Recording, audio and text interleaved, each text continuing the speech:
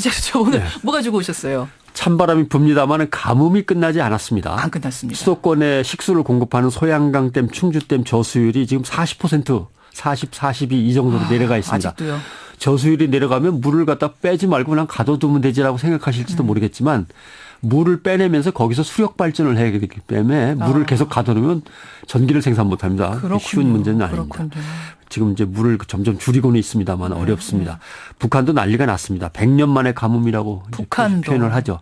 쌀, 옥수수, 식량이 전년 대비 뭐 10% 이상은 줄어들었다고 하는데 이렇게 되면 북한도 식량 때문에 손을 벌려야 되는 입장이 될 겁니다. 미국도 지금 가뭄 때문에 난리라는 뉴스 제가 봤는데요. 캘리포니아는 주정부 명령으로 강제 절수령이라는 게 내려졌어요. 어떻게 보면 우리도 뭐 제한급수라는 게 이거나 비슷한 건데 네, 그렇죠. 미국뿐 아니라 상당수의 선진국들이 지금 강제 절수에 나서고 있습니다.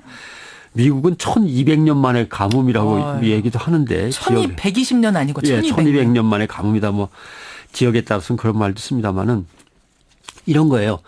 우리 그 일회용 포크나 일회용 스푼 같은 거 쓰면 그 플라스틱 지구 환경에 나빠 쓰지 마. 이런 캠페인 펼쳤잖아요. 하죠. 지금은요.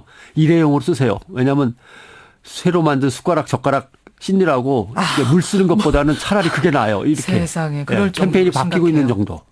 이 정도로 심각한 거죠. 왜 당장 마실 물도 없는데 지금 뭐 지구 환경이 어쩌고 저쩌고 할 여유가 없다 이겁니다. 예. 호주 같으면 스프링클러로 잔디에 물 못 뿌립니다. 반드시 사람이 호스로 수도에 연결하고 손으로 뿌리게 돼 있습니다. 왜냐하면 스프링클러가 훨씬 더 물을 많이 쓴다고 낭비하니까. 합니다. 예. 풀장에 물 채울 때는 당국의 허가 받아야 됩니다. 우리는 지금 그렇게 뭐 안 하고 있는데 언젠가 갈 거라고 생각하고 지금부터 하셔야 될 겁니다.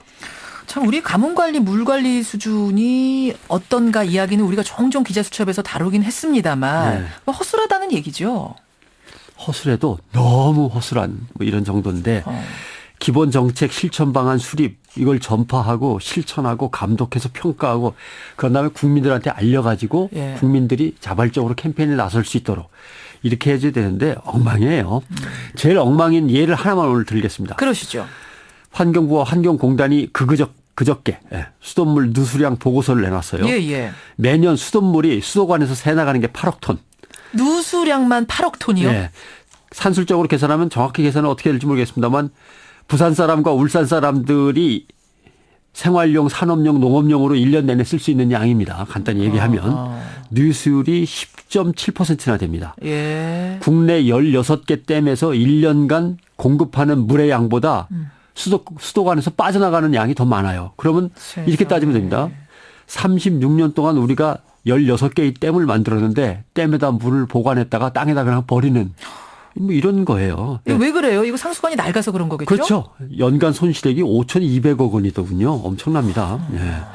전국의 상수관로 가운데 말씀하신 대로 30%는 낡았습니다. 얼마나 낡았냐니까 20년 이상 된 것만 30%군요.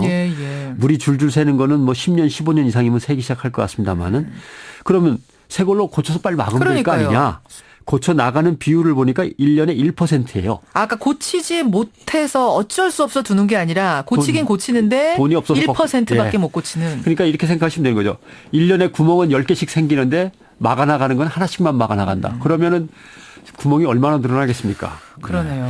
2030년 가면 이걸 전부 다 뜯어내고 다시 까는 비용이 52조 원 정도 될 거다. 그러니까 지금부터 조금씩 고쳐나가는 게 낫지. 그때 가서 물이 공급 안 된다. 댐에 있는 물이 수도관으로 오다가 다 없어져 버린다. 이렇게 해서 그때 시작하면 수십조다. 이런 얘기죠. 실제로 몇 군데 시험 삼아 해봤어요. 2009년부터 늘 가뭄이 심했던 강원도 남부권, 영월이나 정선 쪽. 정말 돈을 들여서 열심히 고쳤더니 2011년에 33% 수준이던 물 빠져나가는 율이 이제는 물이 전달되는 율이 이제는 90%.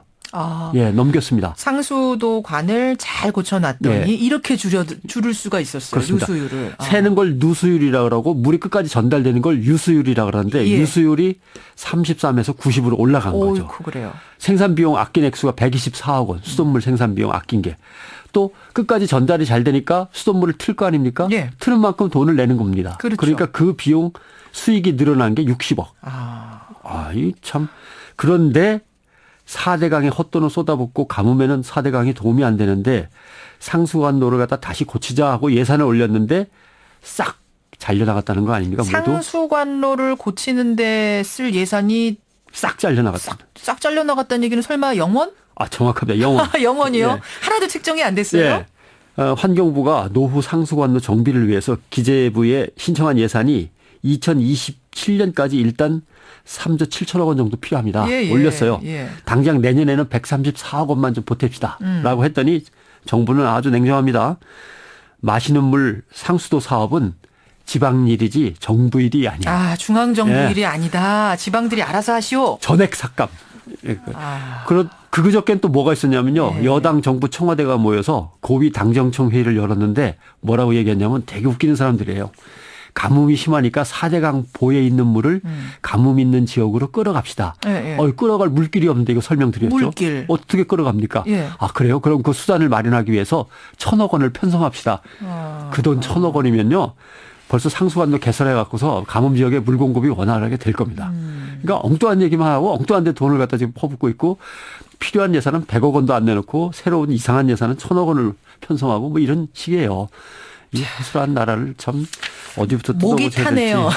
가뭄이라는데 목이 탑니다. 적확한 지적입니다. 목이 타네요. 전상욱 기자 수고하셨습니다. 고맙습니다. 기자수첩이었습니다.